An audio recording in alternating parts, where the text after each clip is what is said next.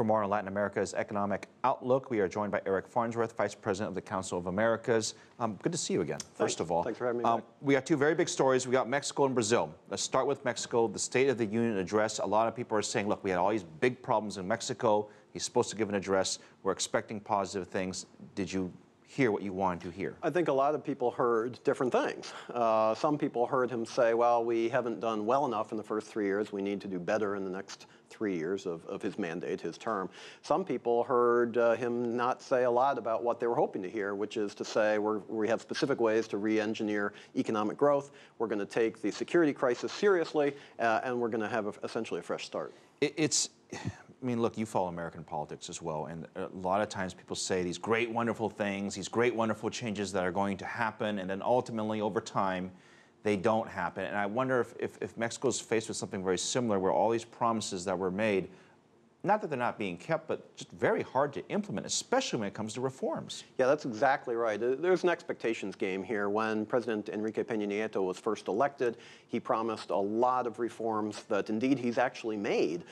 They were politically costly, and you pay the costs up front, but the benefits sometimes don't accrue for many years. Let's take one specifically, energy reform, right? That was designed to bring in foreign investment, to engineer higher level economic growth. Yeah. But the investment hasn't come in yet because it takes a long time to actually get through the process. We've had a disaster in oil prices as well. Absolutely so right.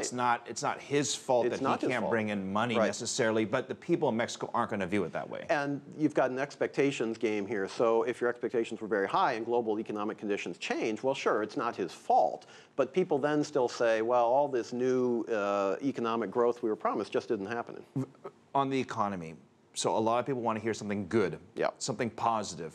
Did we get anything positive? Was there one thing you could say, look, that's something good to look forward to for the next 6 to 12 months? Well, I think the way that the implementation of the reforms has to work itself through. They will pay off. It's just that people have to be somewhat patient, and people aren't necessarily in a patient mood because they've said, well, we've already waited for 3 years. And in the meantime, the security scenario, which we were told, we the Mexican people were told, is no longer the top priority, it's under control, in fact is not under control. And the government has really appeared to be tone deaf in terms of trying to respond to some of these real difficulties. Yeah, and look, Brazil might have an even more serious situation given how upset people are at the leadership there, and it's the elections weren't that long ago. Right. We have all these big events with the Olympics coming up. You would think people would be happy and in a good mood, but they're not. What's going on? Well, Brazil's in recession. The latest projections would say that they're going to grow a negative over 3% for this year, and next year will be equally difficult. So the projections keep being revised downward. It's the economy.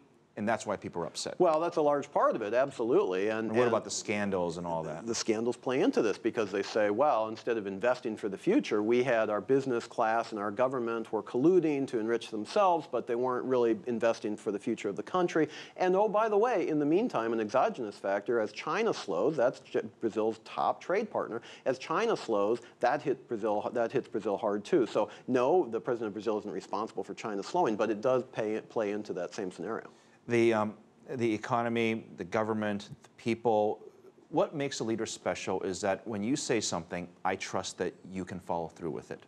When the leadership in Brazil says stuff, are the people still listening?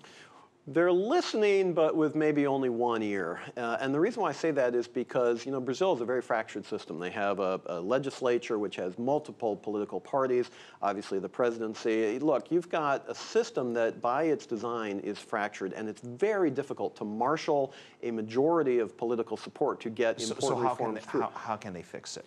Well, it's difficult to fix it. I mean, first you have to regain trust in the public space, as you've indicated. That's not going to be easy to do until they resolve the corruption scandals. They got to get that out of the way. They got to show that they're taking that seriously. They've got to bring people to justice who have actually done things that are against the law. And they have to have a fresh start in the context of saying, no more. Look, the president of Guatemala just resigned over corruption.